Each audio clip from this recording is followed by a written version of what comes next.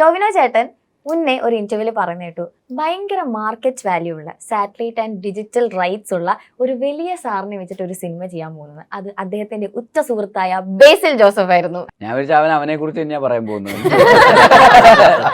അല്ല, അതിലൊക്കെ ഒരു ഭയങ്കര മാർക്കറ്റ് വാല്യൂ ഉള്ള ഡിജിറ്റൽ ആൻഡ് സാറ്റലൈറ്റ് റൈറ്റ്സ് ഉള്ള ഒരു വലിയ സാറിനെ ഞാൻ അത് കണ്ടിട്ടില്ല. ആ പറയണ ടോൺ എന്താന്നും കൂടെ ശ്രദ്ധിച്ചിട്ട് എനിക്ക് അതിനെ കുറിച്ച് അഭിപ്രായം പറയാൻ പറ്റുള്ളൂ. അത് ഏത് രീതിയിലാണ് അവൻ പറഞ്ഞിരിക്കുന്നത്, അതിന്റെ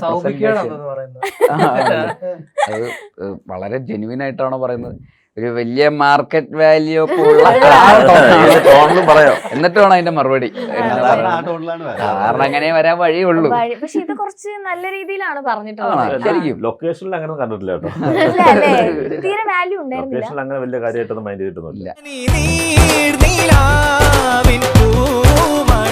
അവനെ നമ്മൾ മൈൻഡ് ചെയ്തിട്ടുണ്ട്. പ്രൊഡ്യൂസർ ആണെന്ന് വെച്ചിട്ട് നമ്മളെടുത്ത് പിന്നെ ഒത്തില്ല.